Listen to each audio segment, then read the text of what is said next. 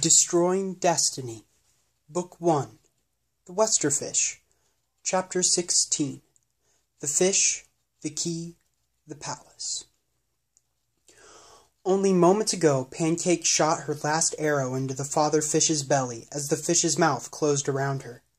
Now Pancake squirms at the scent of fishy breath and screams as the father fish jerks his head up, making the candy girl fall towards his throat. Pancake attempts to grab anything and fails, no bump being a good grip. But in a final attempt to survive, the girl grabs hold of the throat's slimy uvula, putting one hand on the sky control room's key. Suddenly, the fish begins gasping and gagging, the mindful food on the arrow's tip taking effect. And with a massive hack, Pancake is thrown out of the fish's mouth, ripping the key from the uvula and landing on the muddy ground outside, only to watch the father fish's pleas, screams, and growls at the emptiness in his gargantuan gullet. "For me! For us!" the aching fish wailed, convulsively shaking on the ground. "My stomach feels as if it's eating itself in desperation. What is this pain?" "My love!" the mother fish exclaimed, leaving Patrick the frog and rushing over to her mate. "What is wrong?" Painfully coughing, the father fish couldn't manage to speak, and the mother continued, tearing up. "Oh, love!" The mother fish turned towards Pancake. "It was you!" But before the mother fish could do anything, Patricia, Patrick's mate, charged into her, toppling her over. And without further statements, the female frog and fish frantically battled, giving Pancake time to finally stand. Slinging mud from her hands and hair, Pancake realized she had done it. She had hit her mark. She tightened her grip on the key, and the girl smiled a full smile for the first time in ages, looking at her mark, the groveling, grumbling father fish. She grimaced as she saw the continuing battle of fish, candy people, and bunnies. Would it end? Her muddy, grimy grimace grimaced farther at the sight of the storms billowing away from in front of the sun. Sunlight would soon be coming, and all the surviving candy people would be doomed. "We've got to get them inside the palace," Pancake whispered, beginning to run through the battle, screaming at every candy person. "Retreat! Retreat! We have the key to the control room! The sun is coming out! Retreat! To the palace!" Every candy person looked to the sky, and with no delay, left their battles and ran to the palace. Unfortunately, some of them did lose their lives due to trying to save themselves from the fate the sun had for them. "Retreat to the palace!" all the candy people called. "The sun is coming out!" "Why are we retreating?" some bunnies asked, but in confusion some bunnies ran towards the palace while others fought furiously. "Pancake, what is going on? Why are you calling a retreat?" Gertrude asked, grabbing the girl by the arm. "We've got to keep fighting." "Gertrude, look!" The girl pointed to the sky. "The sun is coming out, and all the candy people have their sugar washed away." Gertrude swiveled his sword. "They can't retreat. We need them." "No, Gertrude! They aren't going to be of much use with blisters all over. They've got to get indoors." Pancake sighed. And I'm going to find Coco. If we get her into the throne room and make her Easter Bunny, she'll become massive and a massive asset to the remainder of the battle."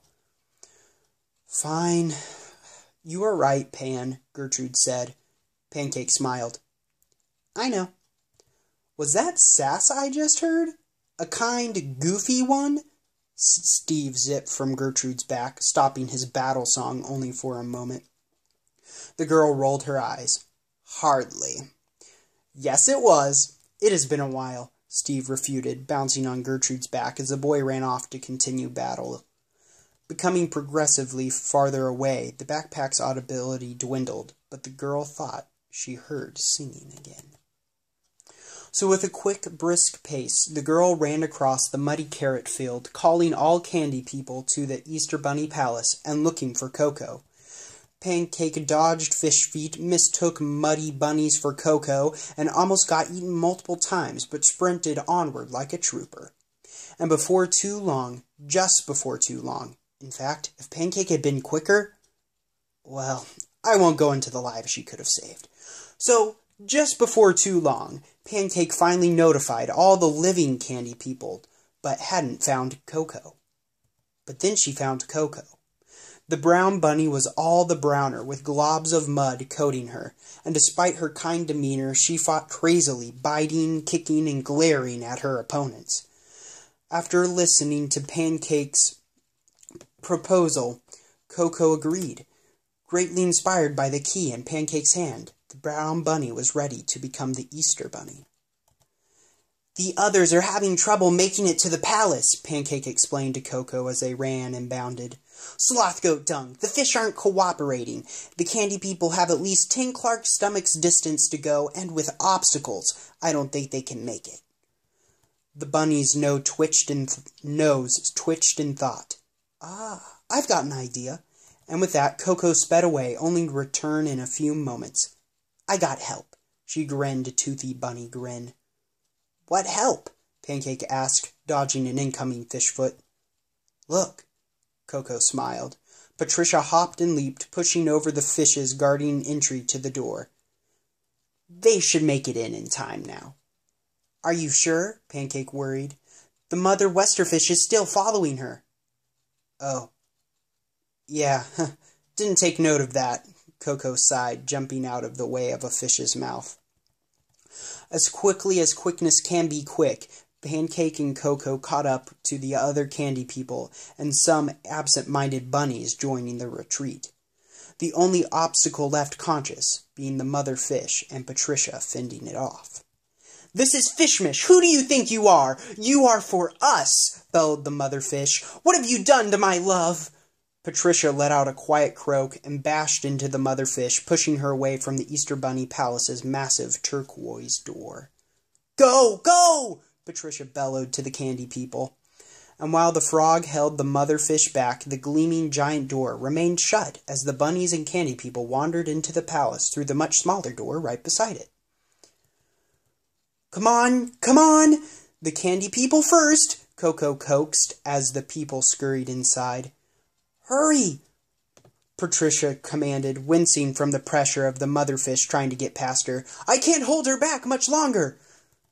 Go! Come on, Pancake, you next," Coco continued, and just as the last person entered the palace, sunlight shined outside.